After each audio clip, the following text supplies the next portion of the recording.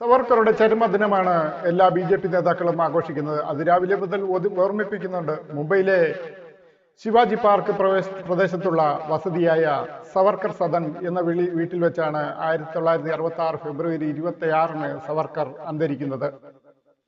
സത്യത്തിൽ എല്ലാ നവംബർ 15 വീർ ബലിദാൻ ദിവസ് ആയി ആചരിക്കേണ്ട ദിവസമായിരുന്നു. ഗാന്ധിജിയെ കൊന്ന ഗോഡ്സെയും നാരായൺ ആന്തെയും അംബാല ജയിലിൽ വെച്ച് തൂക്കിലേറ്റപ്പെടുന്നത് അന്നായിരുന്നു. അതേ കേസിലെ 6ാം പ്രതിയായിരുന്നു സവർക്കർ. നിർഭാഗ്യവശാലാണ് അദ്ദേഹത്തിന്റെ ആ പദവി നഷ്ടമായത്. 1948 ഫെബ്രുവരി 27 കേന്ദ്ര ആഭ്യന്തരമന്ത്രി വല്ലഭായ് പട്ടേൽ പ്രധാനമന്ത്രി ജവഹർലാൽ നെഹ്റുവിന് എഴുതി.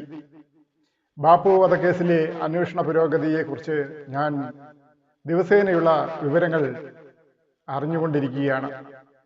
സവർക്കറുടെ നേരിട്ടുള്ള കീഴിലുള്ള ഹിന്ദു മഹാസഭയുടെ ഒരു മതഭ്രാന്തൻ വിഭാഗമാണ് ഗൂഢാചാരം നടത്തിയതെന്നും അത് വിജയിപ്പിച്ചതും സർദാർ പട്ടേലിന്റെ കത്തിടപാടുകൾ വാല്യം 6 പേജ് 56 ഉണ്ട്.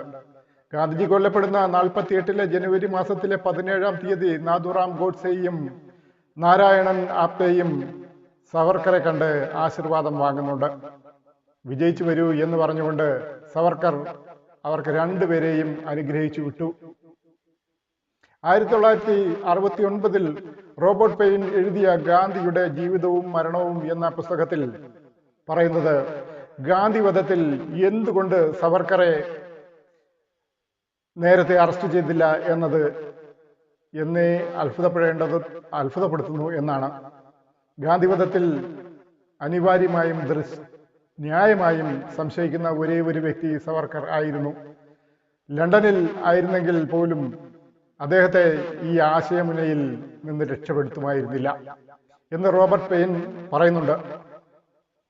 അത്രയും വ്യക്തമായി ഗാന്ധിവധത്തിന് പിന്നിൽ സവർക്കറും സവർക്കറുടെ പ്രത്യയശാസ്ത്രവും ഉണ്ട് എന്നർത്ഥം. എന്തായാലും സവർക്കറെ ഓർക്കാതെ രാജ്യത്തിന് മുന്നോട്ട് പോകാനാവില്ല. ചിലതൊക്കെ ഓർത്തു വെക്കേണ്ടതും ഉണ്ട്.